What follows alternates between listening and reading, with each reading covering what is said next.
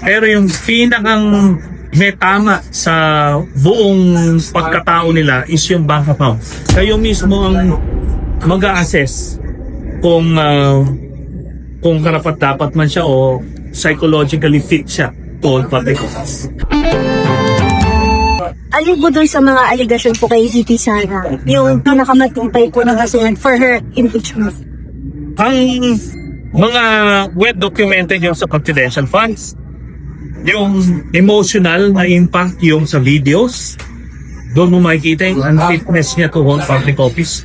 Pero yung pinakang may tama sa buong pagkatao nila is yung bank account issue.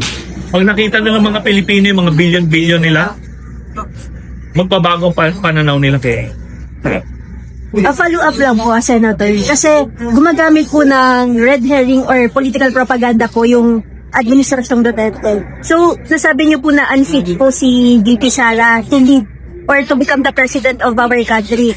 Paano niyo po masasabi na yung allegation po na hindi siya mentally stable is not a political propaganda din? Hindi. Kaya nga ito Kaya nga ipepresent yan sa impeachment.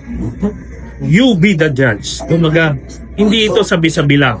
Kung hindi, kayo mismo ang mag-a-assess kung karapat-dapat man siya o psychologically fit siya to hold public office.